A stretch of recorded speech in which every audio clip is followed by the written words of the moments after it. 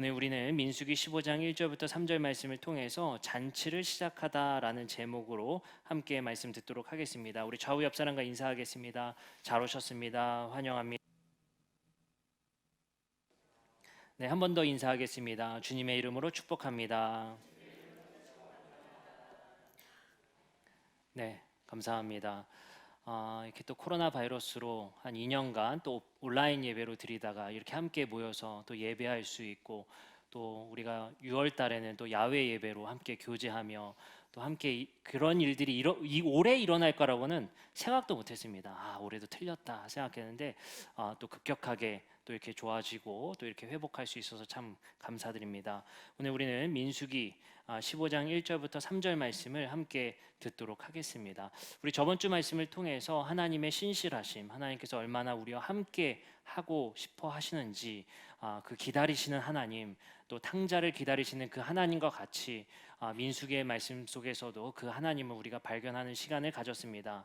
오늘 우리는 민수기 15장 말씀을 들을 텐데요. 갑자기 왜 15장으로 건너뛰었냐? 10장부터 15장을 오늘 한 번에 볼 겁니다. 그래서 10장부터 15장까지의 스토리를 우리가 간략하게 듣고 오늘 말씀 계속해서 이어 나가도록 하겠습니다. 여러분들, 우리가 저번 주에 우리가 요약했던 것처럼 민수기 말씀은 민수기만 읽으면 읽기가 어렵습니다. 창세기, 출애굽기, 레위기, 민수기, 신명기는 모세 오경 또는 유대인들 말로는 토라라는 용어를 써서 책의 제목으로 붙여서 이 5권은 한 권의 책입니다. 그렇기 때문에 스토리가 진행되는 책이기 때문에 민수기만 따로 떼어서 보면 이해하기가 어렵습니다. 하나님께서는 창세기 말씀을 통해서 이 땅을 창조하십니다. 그리고 이 창조된 세상에 하나님의 형상을 입은 아담과 하와를 창조하시죠. 그러나 그 하나님께서 창조하신 아담과 하와에게는 하나님께서 그 땅에 생육하고 번성하여 충만하라, 그죠? 그리고 정복하여 다스리라는 명령을 주십니다. 하지만 이 아담과 하와는 하나님의 백성으로서 에덴을 가꾸는 역할이었지만 그들은 왕의 자리를 넘보게 됩니다. 그것이 바로 선악과를 따먹은 일이고, 그 선악과를 따먹은 인간은 가인과 아벨 이야기, 그리고 노아의 홍수 이야기, 바벨탑 사건 이야기를 통해서 인간은 점점 더 악해지는 것을 발견하게 됩니다. 그 악해지는 이유는 하나님을 떠난 인간들이 얼마나 악할 수 있는가의 그 끝까지를 보여주는 것이 바벨탑 사건인 것 같습니다. 바로 하나님처럼 높아지고자 하는 인간들의 욕망이죠. 그리고 그런 욕망들은 지금 여전히 우리에게도 있고, 여전히 하나님의 자리를 우리는 침탈하고자 하는 욕망이 있습니다. 그렇기 때문에 하나님께서 만드신 이 창조의 원 질서는 하나님이 하나님의 자리에, 하나님의 왕의 자리에, 인간이 백성의 자리에 있음으로 인해서 하나님께서 인간을 통해 이 땅을 다스리는 그 형태의 구조가 하나님의 창조의 원리입니다. 하지만 인간은 하나님의 백성을 침탈했고 하나님의 자리에 올라서고자 반역 사건을 저지릅니다. 하나님께서는 이런 반역 사건을 저지른 인간을 어떻게 해야 될 것인가? 바로 아브라함을 부르셔서 이 땅을 회복하시고자 작정하십니다. 아브라함은 이삭을 낳고, 이삭은 야곱을 낳고, 그리고 야곱은 12 형제들을 낳음을 통해서 하나님께서는 새로운 백성들을 만드십니다. 근데 안타깝게도 성경의 스토리는 해피엔딩으로 가는 듯이 보였지만 요셉 이야기의 절정을 통해서 하나님께서는 요셉을 알지 못하는 왕을 이집트에 세우심을 통해서 요셉의 가족, 즉 아브라함의 후손들은 하나님의 백성이 아니라 파라오의 백성이 되고 맙니다. 이러한 백성들을 하나님께 간구하며 그 고통 속에 노예됨을 탄식합니다. 하나님께서는 이들을 잊지 않으시고 그들을 구원하셔서 파라오의 손에서 구원하셔서 자기의 백성으로 가는 여정을 시작하십니다. 그리고 하나님께서는 시내산에 올라 하나님과 이스라엘 백성들이 계약을 맺고 그들에게 법을 주십니다. 그것이 바로 십계명입니다. 이제 하나님의 백성들은 그 십계명에 의거해서 하나님의 백성답게 살아야 합니다. 그 백성들은 하나님의 법에 따라 살아감을 통해서 거룩을 지키고, 하나님은 거룩한 자리에만 계실 수 있기 때문에 거룩한 백성과 교제하고 싶어 하십니다. 하나님은 오직 거룩하시기 때문에 부정한 곳에 계실 수가 없습니다. 그리고 부정한 사람 곁에 있을 수가 없습니다. 그렇기 때문에 하나님께서는 우리에게 거룩을 요구하시고 내가 거룩하니 너희도 거룩하라 말씀하십니다. 그래서 하나님께서는 레위기 말씀을 통해서 우리가 어떻게 거룩해질 수 있는가를 알려주십니다. 이제 이스라엘 백성들은 하나님께서 그들에게 지시한 땅, 가나안 땅에 가기 위해 드디어 광야 땅에서 출발하게 됩니다. 오늘 말씀은 바로 10장부터 이제 광야 땅에서 출발되는 그 시점의 말씀이 이어지는 말씀입니다. 이제는 모든 게 준비된 듯 보였습니다. 이제는 출발하기만 하면 되고 이제 저기 보이는 가나안 땅에 들어가면 될 거라 생각합니다. 그런데 하나님께서 가르쳐 주신 법도, 제사, 그리고 정결 예식들, 많은 예식들과 예배법들이 그들에게 있었지만 훈련되지 못한 이스라엘 백성들이었고 여전히 파라오의 질서에 있었고 그들은 애굽을 그리워했습니다. 오늘 말씀은 바로 아까 말씀드렸던 10장에 드디어 이제 그들에게 지시한 땅 가나안 땅에 가는 여정, 광야에서의 여정입니다. 회막에 임재했었던 하나님의 구름이 뜬다라는 표현을 통해서 드디어 행군을 지시합니다. 이제 출발하는 거죠. 이스라엘 백성들이 진을 짜고 성막을 걷어서 이제 출발합니다. 근데 10장부터 15장에 이어지는 이야기는 이제 다 준비된 줄 알았고 이제 가기만 하면 되는 줄 알았더니 이스라엘 백성들은 원망과 불평을 늘어놓기 시작합니다. 바로 10장부터 이어지는 14장까지의 이야기는 바로 원망과 불평의 연속되는 이야기입니다. 저는 이 말씀의 구간이 정말 화가 너무 나고 답답하고 저놈들 도대체 왜 그러나 싶은 마음이 있습니다. 이 말씀만 딱 똑 떼어서 보는 것이 아니라 우리 한번 생각해 봅시다. 이스라엘 백성들 뭘 경험했죠? 10가지 재앙을 경험했습니다. 강대국 중에 강대국인 파라오를 꺾고 하나님께서 그들을 구원하셨습니다. 홍해를 가르셨습니다. 만나를 주셨습니다. 그리고 그들에게 몇 가지의 기적들을 통해서 그들에게 물을 주십니다. 그러한 여러 가지 기적을 체험했음에도 불구하고 광야 땅에서 며칠 지난 후에 바로 하나님께 원망하게 됩니다. 시내 산에서 머무른 지 1년 만의 일입니다. 1년 만에 하나님을 잊고 원망하며 애굽을 그리워하게 됩니다. 참 이해가 안 되는 것이죠. 어떻게 1년 만에, 물론 우리는 글로 읽기 때문에 1년이란 시간이 얼마나 긴지 체감상 느껴지진 않습니다. 이스라엘 백성들을 조금 이해해 본다면 광야 땅에서 정말 덥긴 덥거든요. 제가 성지순례 갔을 때 아이들이 신는 삼선 슬리퍼라고 있어요. 고무 슬리퍼. 제가 고무 슬리퍼를 신고 광야 땅에 갔는데 광야 땅에 가서 계속 돌아다니는데 고무가 녹아요. 네, 껌처럼 늘어지는 거야. 예, 발은 뭐 타는 거 말할 것도 없고 정말로 덥습니다. 얼마나 뜨거운지 말도 못합니다. 근데 애굽에서 살던 그들이 보따리 싸서 난민이 되어서 광야 땅에 나온 1년이 길게 느껴졌을 것 같습니다. 그러나 그 많은 체험들, 우리가 일생에 한번 체험하기 힘든 그 체험들을 다 경험하고도 1년 만에 하나님을 불신앙하고 하나님을 원망하고 불평하는 모습을 보고 있자면 한편으로는 이해되지만 한편으로는 어떻게 1년 만에 이럴 수 있나 라는 답답함이 생기게 됩니다. 말씀을 우리가 쭉 한번 읽어보겠습니다. 첫 번째 원망입니다. 민수기 11장 1절 말씀에 보면 이런 말씀이 있습니다. 여호와께서 들으시기에 백성이 악한 말로 원망하매 여호와께서 들으시고 진노하사 여호와의 불을 그들 중에 붙여서 진영 끝을 사르게 하시매. 어떤 원망인지는 나오지 않습니다. 근데 출발과 동시에 10장에 출발하거든요. 11장에 원망을 합니다. 출발과 동시에. 그리고 또 말씀을 한번 보도록 할까요? 민수기 11장 4절부터 6절의 말씀인데 그들 중에 섞여 사는 다른 인종들이 탐욕을 품음에 이스라엘 자손도 다시 울며 이르되 누가 우리에게 고기를 주어 먹게 하랴. 우리가 애굽에 있을 때에 값없이 생선과 오이와 참외와 부추와 파와 마늘들을 먹은 것이 생각나거늘 이제는 우리의 기력이 다하여 이 만나 외에는 보이는 것이 아무것도 없도다 하니. 만나 먹는 게 불만인 거예요. 맨날 똑같은 음식 먹는 거 힘들 수 있을 것 같습니다. 야, 광야에서 만나 정도면 니네들 감사해야지, 이런 건 아니겠죠. 이거 늘어놓은 목록을 보니까 기가 막힙니다. 생선, 오이, 참외, 부추, 파, 마늘 먹은 것이 기억나더라는 거예요. 야, 이거 대단합니다. 바로 하나님을 원망하는 모습들. 근데 우리가 다시 한번 생각해 보면 이 원망 속에 이 원망을 하나님께서 어떻게 대응하시느냐. 첫 번째 원망 속에 이렇게 말씀하셨었죠. 이야기를 했었죠. 여호와께서 들으시기에 백성이 악한 말로 원망했다. 그리고 나서 11장 2절부터 3절에 하나님께서 어떻게 이걸 응대하시냐. 백성이 모세에게 부르짖음으로 모세가 여호와께 기도하니 불이 꺼졌더라. 그곳 이름을 다베라라고 불렀으니 이는 여호와의 불이 그들 중에 붙은 까닭이었더라. 불이 붙었어요. 불이 붙었어요. 근데 사람들이 살려주세요 했겠죠, 모세에게. 그러자 그 불이 꺼졌습니다. 모세가 하나님께 간청했던 것 같아요. 잘못했습니다 했던 것 같아요. 근데 불이 꺼졌어요. 근데 여기서 저는 한 가지 놀라운 사건을 발견하게 됩니다. 이게 우리가 가져야 될 포인트예요. 뭐냐면 아까 민수기 11장 1절에서 그들이 원망하자 하나님께서 그들을 불을 붙이시는데 어떻게 붙이시는지 보세요. 여호와께서 들으시기 백성이 악한 말로 원망하며 여호와께서 들으시고 진노하사 여호와의 불을 그들 중에 붙이는데 어디를요? 진영 끝을 사르게 하심에. 전 이거 참 묵상하면서 재밌었어요. 아니, 진영 가운데 불을 질러도 모자를 파네. 하나님께서는 옷 끝, 진영 끝, 살짝 불태우시는 거예요. 걱정은 되셨나 봐요. 거기서 다 타 죽을까 봐. 그리고 모세가 기도하자 그들을 또 불을 꺼뜨립니다. 용서하시죠. 그리고 아까 민수기 11장 4절부터 6절 말씀에 그들이 우리 만나만 먹는 거 지겹습니다. 애굽으로 가는 게 좋겠습니다 라고 원망하자 하나님께서 이렇게 응답하십니다. 민수기 11장 18절입니다. 또 백성에게 이르기를 너희의 몸을 거룩히 하여 내일 고기를 먹기를 기다리라. 너희가 울며 이르기를 누가 우리에게 고기를 주어 먹게 하랴. 애굽에 있을 때가 우리에게 좋았다 하는 말이 여호와께 들렸으므로 여호와께서 너희에게 고기를 주어 먹게 하실 것이라. 야, 그래? 그러면 고기는 내가 줄게. 드디어 메추리를 그들에게 보내주십니다. 근데 놀랍게도 이스라엘의 응답이 재밌습니다. 민수기 11장 33절에 이렇게 말합니다.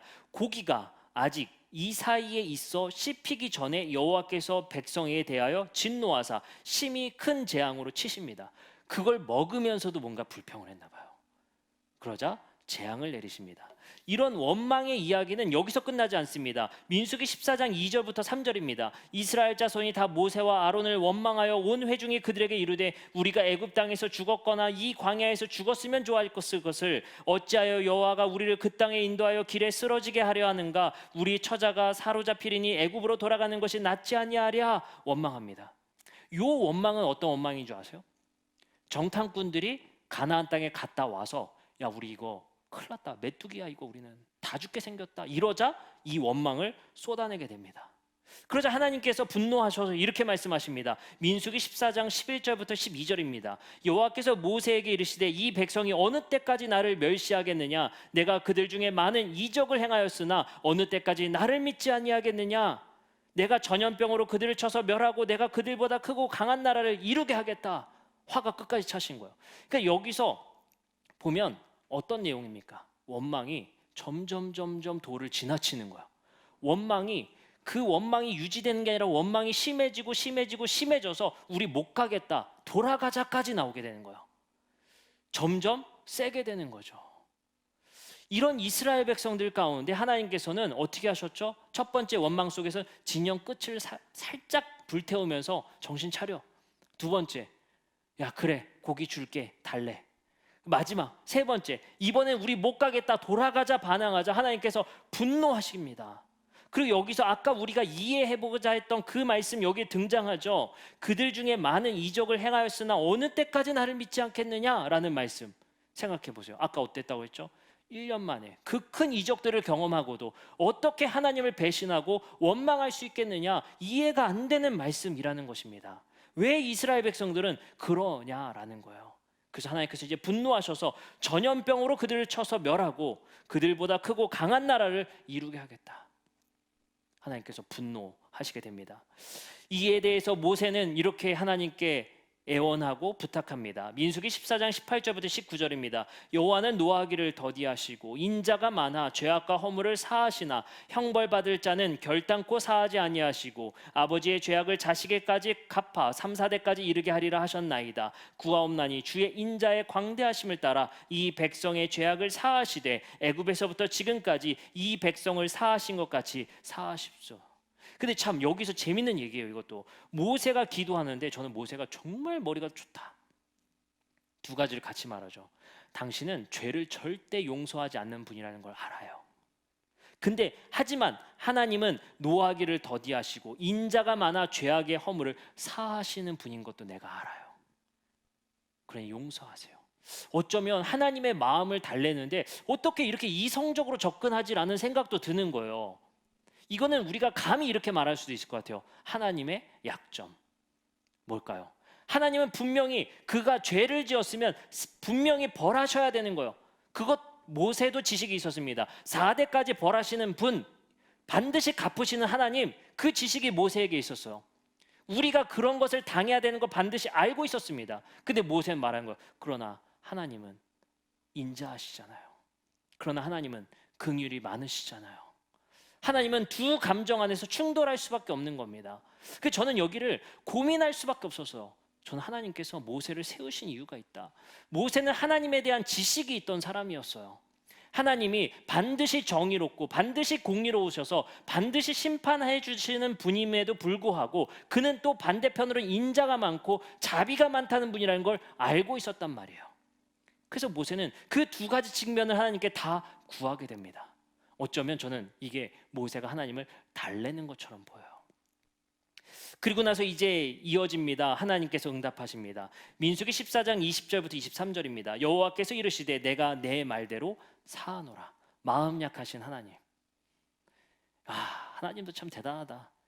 전염병으로 다 멸하시겠다고 작정하시고 모세가 말하죠. 근데 하나님 자비가 많으시잖아요. 그렇다고 하나님이 무조건 용서하시는 분 아니라는 거 내가 잘 알아요. 하나님 자존심 내가 꼭 지켜드릴게요. 근데 하나님 인자 많으시잖아요. 자비 많으시잖아요. 이번 한번 용서해 주세요. 그러자 하나님께서 마음이 약해지고 싹 녹았어요. 내가 사해 주겠다라는 거예요. 이 말씀들을 쭉 보면서 우리는 왜 이런 이야기들이 10장부터 14장까지 이어지는지를 한번 생각해 봐야 합니다. 하나님께서는 이스라엘 백성들을 부르셨어요. 파라오의 손에서 건져내셔서 하나님의 백성으로 삼으셨습니다. 근데 단순히 내가 너희들과 즐기기 위해서 하나님의 백성으로 부르신 게 아니에요. 하나님은 분명히 목적을 말했습니다. 너희는 제사장의 나라가 되고 거룩한 백성이 되어야 한다 라는 건 사명이 있고 소명이 있다는 거예요. 그들이 해야 될 일이 있다는 거예요. 근데 그들은 무엇합니까? 해야 될 일은커녕 하나님을 믿지 못하고 하나님에 대한 지식도 없고 하나님을 원망하기에 바빴단 말이에요. 하나님의 손이 돼야 될 도구들이 이제 천사들이 아니라 하나님의 자녀들, 하나님의 백성을 통해 이 땅을 일하시겠다는데 그들이 말을 듣질 않는 거예요. 작동을 하지 않는 거예요. 근데 이것이 좋아지는 줄 알았더니 또 좋아지는 줄 알았더니 사사기를 말씀을 보면 사사 보내면 좋아지는 줄 알았더니 다윗 왕 때는 좋아지는 줄 알았더니 결국엔 어떻게 됩니까? 하나님이 그들과 함께 일하실 수가 없는 거예요. 파트너가 되질 못하는 거예요. 와, 저는 이 이야기들을 보면서 하나님께서 얼마나 답답하셨을까? 참 아이러니해요. 하나님 당신이 창조하시고 하나님이 우리를 통해서 일하시려고 그렇게 우리에게 끝까지 인내하시고 기다리시는데 인간은 끝까지 불신앙하고 끝까지 원망하며 끝까지 배교하더라는 것입니다. 그래서 하나님께서는 방법을 찾으십니다. 하나님은 이스라엘 백성들을 통해서 일하셔야 되는데 그들은 대표자의 이스라엘로서 이 모든 인류의 대표자로서 하나님의 파트너의 역할을 하지 못합니다. 그래서 하나님께서는 작정하십니다. 로마서 5장 19절입니다. 한 사람이 순종하지 아니함으로 많은 사람이 죄인 된 것 같이 이제 한 사람이 순종하심으로 많은 사람이 의인이 되리라. 이스라엘 백성들을 통해서 거룩한 백성 제사장 나라의 역할을 못하자 하나님께서는 다른 대표자 한 명을 세우시죠. 그것이 바로 예수 그리스도입니다. 모든 사람이 순종하지 못하더라는 거예요. 그럼 여기서 우리는 한 가지 생각해 볼 수 있어요. 내가 잘못 묵상했구나. 이스라엘 백성들 그놈들 그렇게 많은 이적을 체험하고도 그렇게 많은 기적을 체험하고도 어떻게 불신앙할 수 있어? 어떻게 원망할 수 있어? 어떻게 배교할 수가 있어가 아니라 나도 그랬겠구나. 결국엔 방법은 딱 하나였다. 하나님의 아들 예수 그리스도가 이 땅에 오셔서 하나님의 파트너로서 순종하심으로 그 순종은 뭡니까? 십자가의 죽으심으로 말미암아 그 하나님의 파트너를 이루십니다. 그러면 예수 그리스도가 순종하심으로 이스라엘 백성들이 못했던 걸 예수님이 하셨어요. 그렇다고 우리가 순종할 수 있는 건 아니잖아요. 우리가 순종한 건 아니잖아요. 놀랍게도 로마서 6장 4절부터 7절에 이것을 이렇게 표현합니다. 그러므로 우리가 그의 죽으심과 합하여 세례를 받음으로 그와 함께 장사되었나니 이는 아버지의 영광으로 말미암아 그리스도를 죽은 자 가운데서 살리심과 같이 우리로 또 한 생명 가운데서 행하게 하려 함이라. 만일 우리가 그의 죽으심과 같은 모양으로 연합한 자가 되었으면 또한 그의 부활과 같은 모양으로 연합한 자도 되리라. 우리가 알거니와 우리의 옛사람이 예수와 함께 십자가에 못 박힌 것을 죄의 몸이 죽어 다시는 우리가 죄에게 종노릇하지 아니하려 함이니라. 이는 죽은 자가 죄에서 벗어나 의롭다 하심을 얻었음이라. 놀랍게도 이것은 우리가 그걸 할 수 있느냐? 우리는 이스라엘 백성들과 달라가 아니에요. 하나님은 우리에게 뭔가를 알려주시려고 하는 거예요. 니네는 할 수 있을 것 같지? 니네도 못해. 방법은 하나야. 내가 보낸 그가 순종함으로 이룰 거야. 근데 놀랍게도 여기서 하나님께서 말씀하신 한 가지가 참 주요합니다. 6절의 말씀에 보면 우리가 죄에게 종노릇하지 아니하려 함이니라 라고 말씀이 쓰여 있어요. 죄에게 종노릇 한다. 이게 무슨 말씀일까요? 여러분들, 로마서에서의 죄라는 것은요, 우리가 무언가를 어기는 죄의 표현이 아니에요. 죄에게예요. 죄에게. 그러니까 죄가 주어로 쓰인단 말이에요. 죄에게 종노릇 하지 말래요. 죄에게 종노릇 한다는 건 뭐냐면, 죄가 어떤 세력을 의미하는 거예요. 내가 짓는 죄가 아니라 무언가에 우리는 사로잡힌 인생을 살고 있다는 거예요. 그게 광야의 이스라엘 백성도 마찬가지였고 너희도 마찬가지였다는 거예요. 그걸 알라는 거예요. 근데 놀랍게도 여기서의 죄에게 사로잡혔다는 것은 죄를 의인화해서 뭔가 세력을 말하고 있다니까요. 하나님께서는 그걸 말씀하시고 싶은 거예요. 니네 할 수 있을 것 같이, 니네는 이스라엘 백성들과 다를 것 같이, 근데 너희도 어떤 세력에게 사로잡혀 있어 라고 말씀하시는 거예요. 근데 그 해결책이 중요한데, 그 해결책을 예수 그리스도의 죽음을 통해서 그것을 해결해 내셨다는 거예요. 그것이 하나님의 해답이었습니다. 오늘 말씀을 보면서 저는 한 가지가 생각납니다. 그리고 이렇게 결론을 내리게 됐습니다. 그렇다고 해서 우리의 삶이 나아지셨습니까? 이거는 하나의 방법론이에요. 제가 말씀드린 건 아주 복잡한 신학이잖아요. 이 이론대로 되냔 말이에요. 제가 목회를 하면서 그게 제일 답답해요.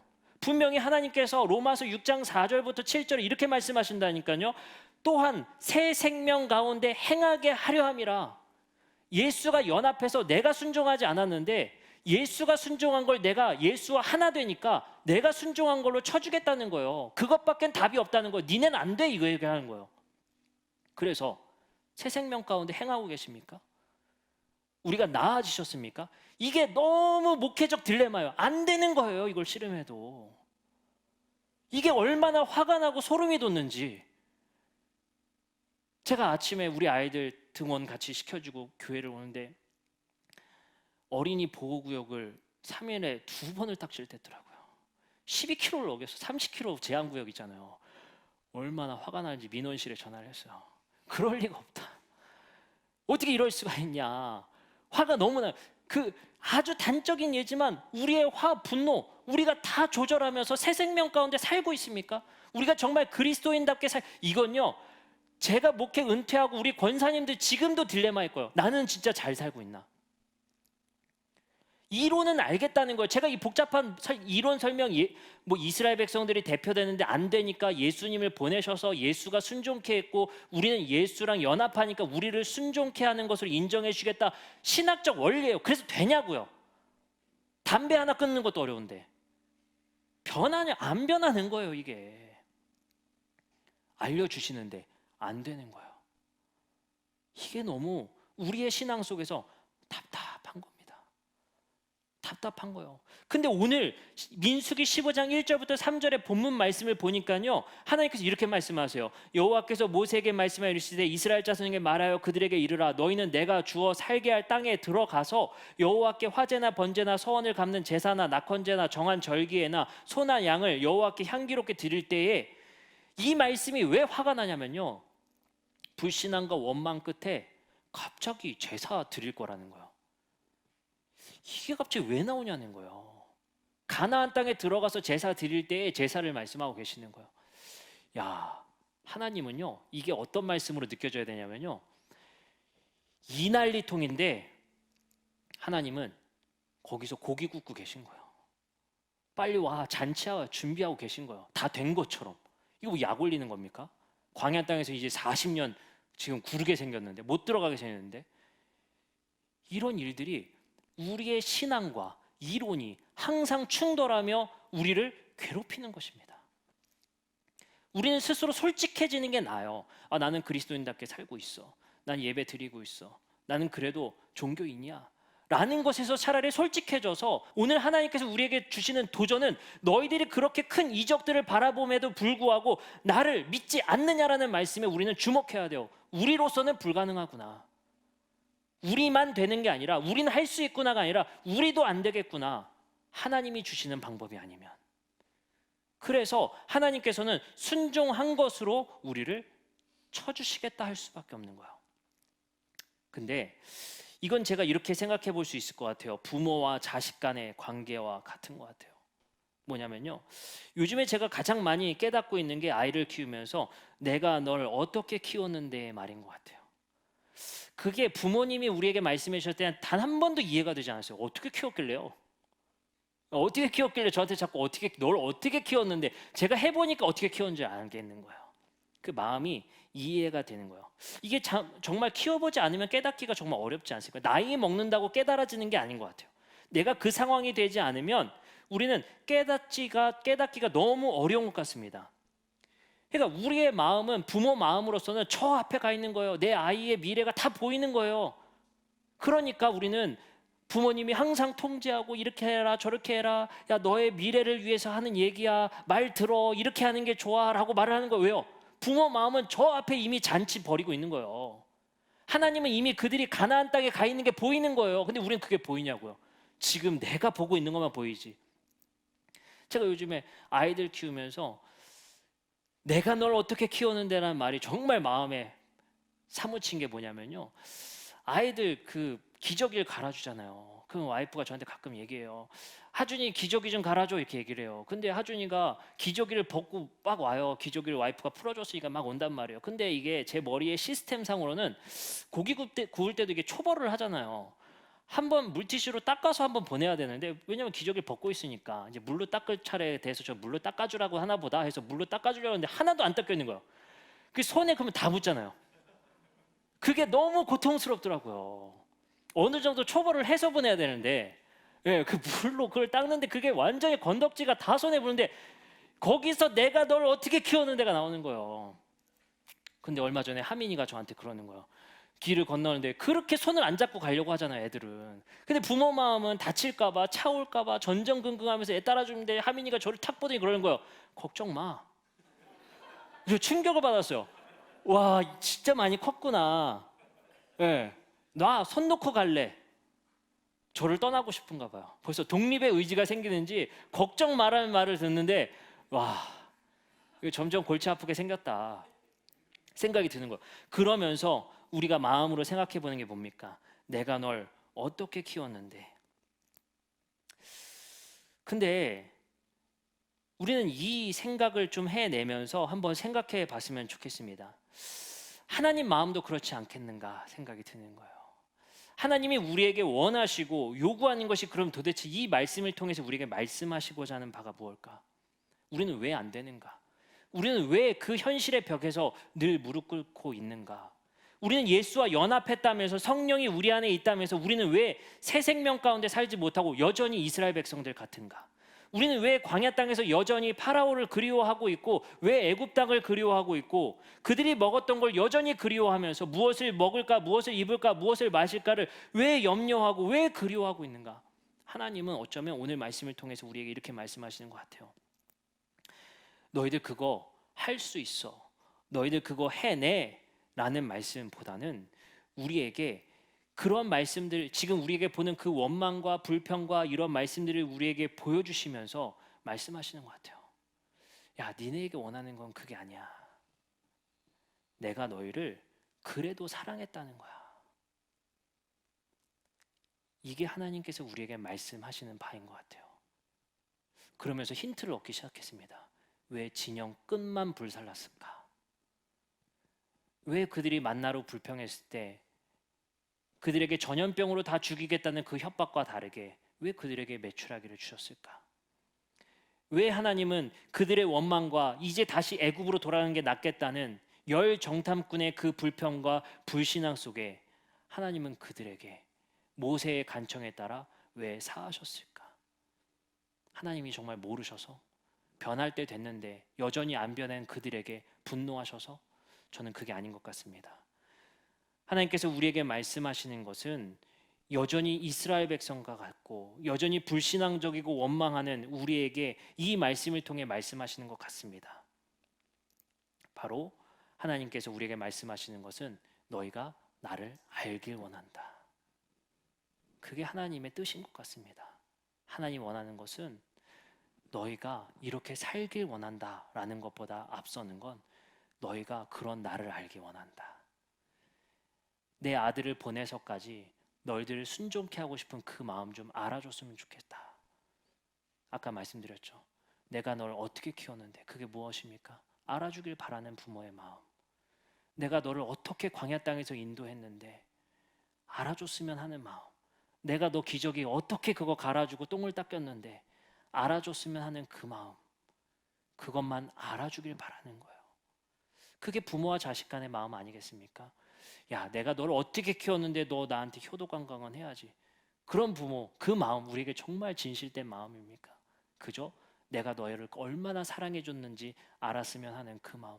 이 성경을 통해서 쭉 다 보니까 하나님은 딱 하나였어요. 나 좀 알아줘라. 내가 그래도 용서하고 진영 끝을 사르고 그래도 너희들 고기 먹였던 하나님이다. 그거 안 돼서 내 아들 줬잖아. 그러니 이제 내가 너희를 얼마나 사랑했는지 그것 하나 알아줬으면 좋겠다 말씀하시는 것 같아요. 우리도 오늘 말씀을 통해서 우리는 한번 생각해 봤으면 좋겠습니다.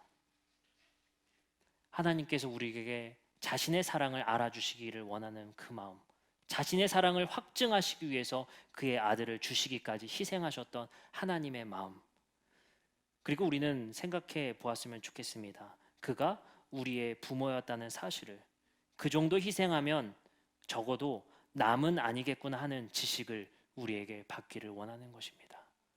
내가 네 곁에 있었잖아. 근데 우리는 그 지식조차 얻기가 어려운 세상 속에 살고 있는 것 같아요. 우리가 오늘 말씀을 쭉 보면서 어쩌면 여러분들 마음에 하나의 도전이 되었으면 좋겠습니다. 너무 우리가 못하는 것 때문에 우리를 정죄하고 좌절하고 우리를 자책하기보다는 아, 그래. 그래도 하나님은 여전하셨구나. 그래도 계셨구나. 그래도 하나님은 우리에게 징계하시지만 사랑하는 이를 징계하신다는 말씀처럼 그 지식을 알기를 원하시는구나. 이거를 깨닫는 하나님의 마음, 그것을 알아주기 원하는 하나님을 아시는 우리 성도님들 되시기를 주님의 이름으로 축복합니다. 제가 오늘 말씀을 마치면서 그런 간증을 하게 돼요. 우리 어렸을 때 부모님들이 얼마나 많이 문제집 사라고 돈을 주십니까? 근데 왜 이렇게 그걸 잃어버리는지, 지금 생각해보면 돈을 왜 이렇게 잃어버리는지 모르겠어요. 저희 부모님이 전과 사라고 그 당시에 돈을 주셨는데 그 서점 가는 길에 도대체 어디 갔는지 지금도 기억이 안 나요. 그때 얼마나 무섭고 이건 죽었다 진짜. 우리 그런 표현 써보죠. 아, 이거 죽었다 난 진짜. 아, 엄마한테 가면 진짜 맞아 죽었다. 너무 두려운 거예요. 그거 돈 잃어버렸을 때. 근데 여러분들, 너무 공포스러워서 떨고 있는 제가 부모님한테 가서 말할 수밖에 없던 거죠. 돈 잃어버렸다고. 처음으로 제가 먼저 죄송하다고 고백했던 것 같아요. 미안하다고. 그때 부모는 혼을 내는 게 아니라 괜찮다는 말을 합니다. 그게 하나님의 마음이 아닐까 싶어요. 우리가 고백하는 인생 속에, 불가능한 삶 속에 하나님의 방법 아니면 좌절할 수밖에 없는 우리의 인생을 우리 스스로가 그것을 인정하고 외식하며 나는 된다는 것처럼 유대인처럼의 삶이 아니라 하나님, 그렇군요. 하나님의 방법 아니면 우리는 할 수가 없군요. 그런 하나님을 이제 알겠습니다. 하나님을 알아가는, 그리고 하나님에 대한 지식, 그거 하나 알길 원하는 하나님의 마음을 우리가 아는 성도님들 되셨으면 좋겠습니다. 이제 우리가 함께 찬양하고 기도하는 시간 갖도록 하겠습니다.